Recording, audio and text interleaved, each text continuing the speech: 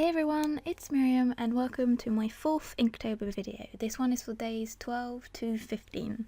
So before I start responding to the questions that you guys left me on my previous video, I just wanted to quickly tell you that my sale ends tomorrow evening, so Monday the 16th at 10 PM GMT.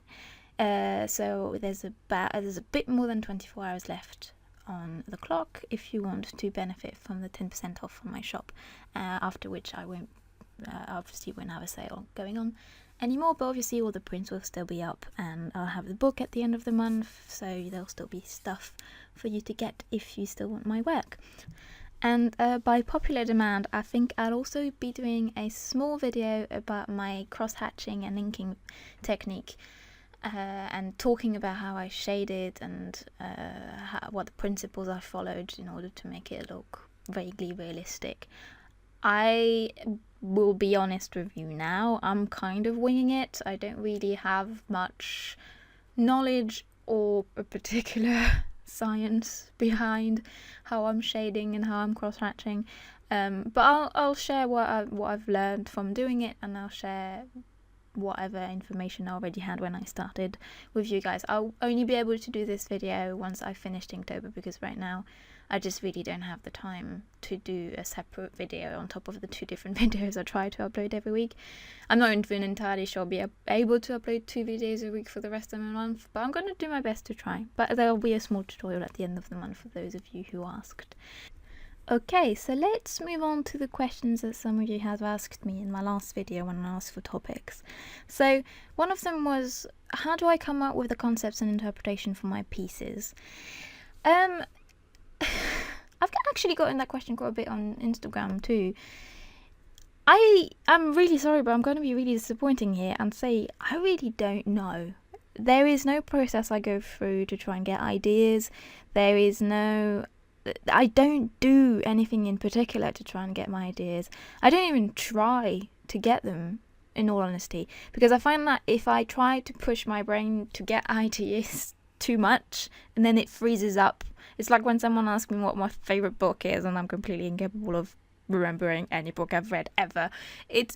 Trying to force myself to come up with ideas is the worst way for me to be able to come up with ideas at all. So partly why I chose this theme is because I knew that it just fits my aesthetic and my kind of energy that I try to put into my art really well. I knew that it would, because I already had loads of imagery in my head that kind of fitted that emotional expression of feelings. I just knew that it would be a theme that I would be able to come up with concepts without trying too hard. And so they just come to me. I suppose I look through Pinterest and I look on Instagram, but that's something I do normally anyway, even if I'm not looking for inspiration. And the more I've been drawing them, the more I've had ideas, because I think I'm kind of slowly conditioning my brain to think in a certain way, and so it's becoming easier and easier for me to come up with ideas that I like. So I'm really sorry there is no recipe to this in my case, so sorry for that. But and as far as interpretations go, I don't think up interpretations or concepts before I work, so I'm not trying to represent a specific feeling. I'm never trying to represent something specific when I draw, because I found that if I tried to do that, especially when it came to emotions and feelings, it just felt constricted and just stiff. It just didn't feel genuine to me. I generally didn't like the work I was doing because I was trying too hard. I was thinking too hard about the symbolism and every single bit behind my piece, and it just felt very unnatural.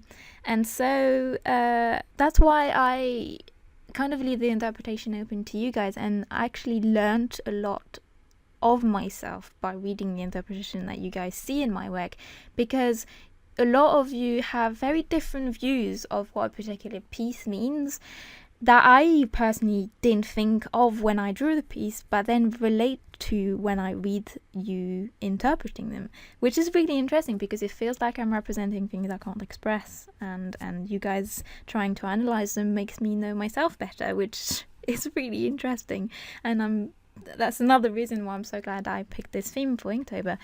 So I'm just sorry I don't have... I mean, I probably will in the future do a video about how creativity and how to influence your brain to think in a more creative way, I think, but that's a different kind of topic, and in the context of this particular series I don't have a system and I don't have any steps I follow to come up with ideas, and I don't even have a state of mind I'm in. It's just a thing that flows naturally within my process of my art.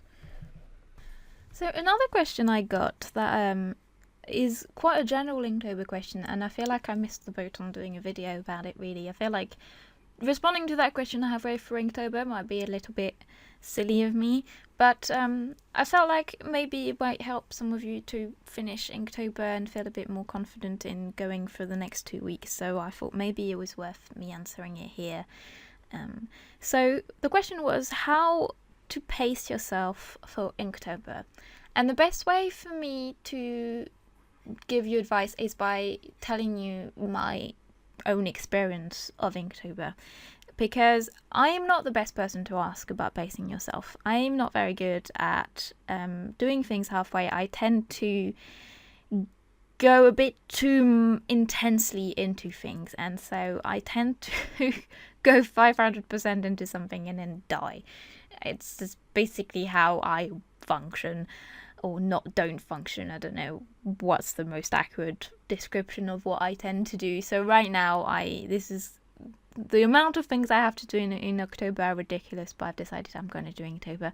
And even in the previous 2 years, which is when I started doing Inktober, I only discovered it 2 years ago, and then I started trying to do it the last 2 years. I didn't manage to complete, and to be honest, it was a bit unrealistic of me to do it, because I was working full time at that point, and I was working, getting up at 5 a.m, getting back home at 9 or 10 p.m. every day, and hardly having any time to myself.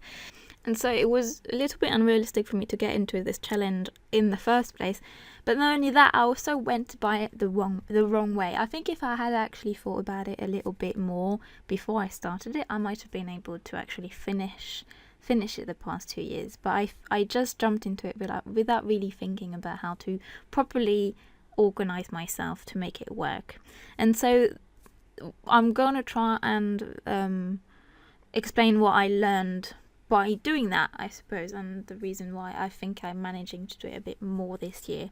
One of the main reasons, obviously, to me managing to do it this year is because I'm not working this month, so I actually have my entire day to work on my pieces. So to anyone out there that's kind of comparing themselves to, the fact that I'm doing completely finished pieces every day, don't do that. Don't compare yourself to that, because I'm not a realistic example.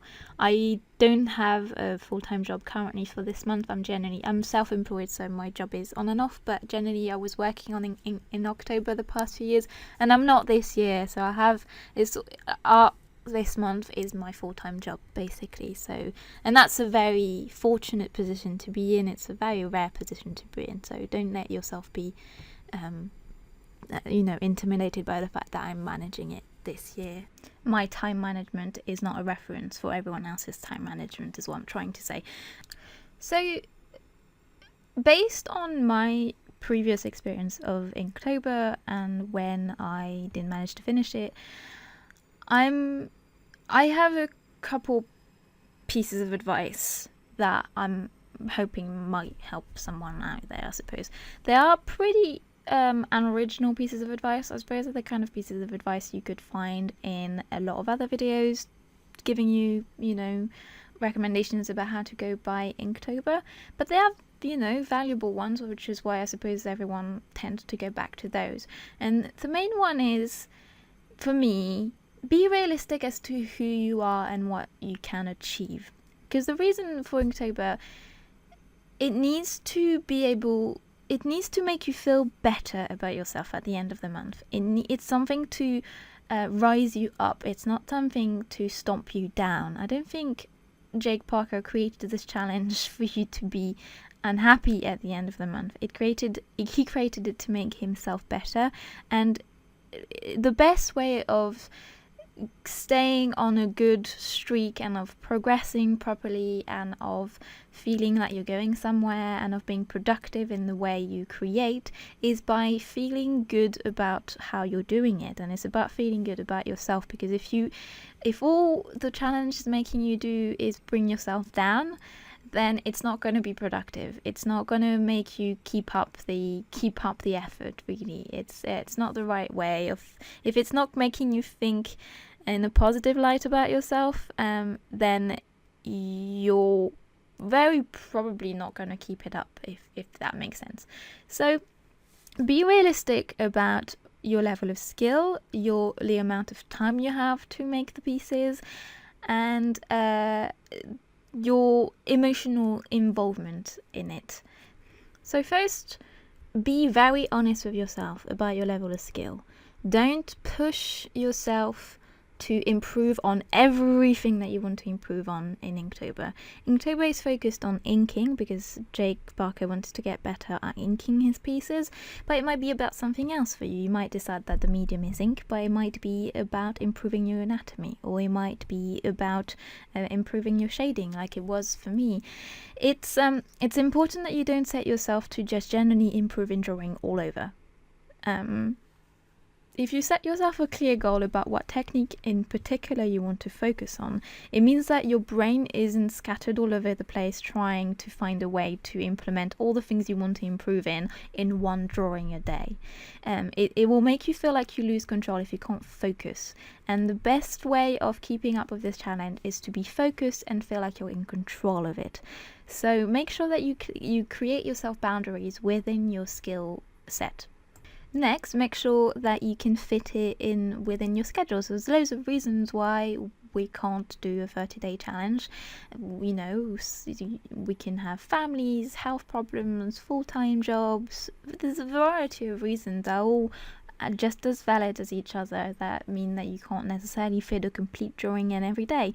But if you're still keen on doing a challenge because it's something that you really want to push yourself to do, then try to find a way to fit it in your days that it doesn't become an added stress on top of everything. So even if you really, really want to create a big, beautiful piece every day, be realistic, because if you realize that you can't, then you might actually just feel down about it.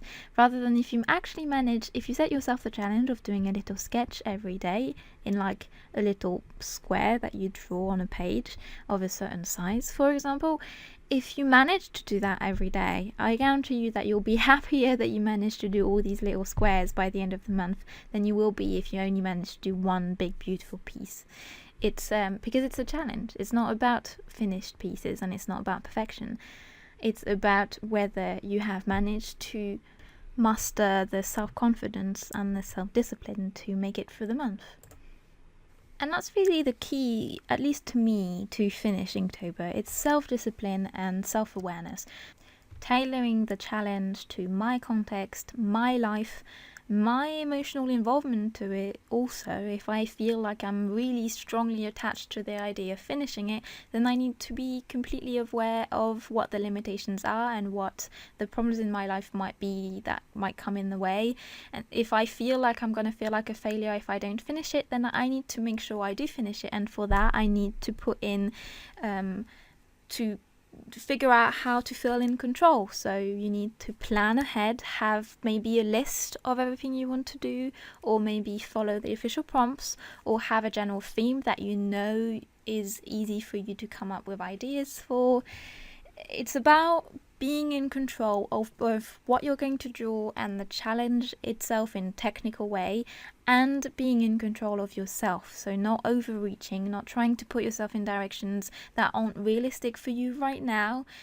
Just trying to be consistent and organized, and like I always say, kind to yourself. Don't be mean to yourself, because that just doesn't, I don't think it works very well, at least.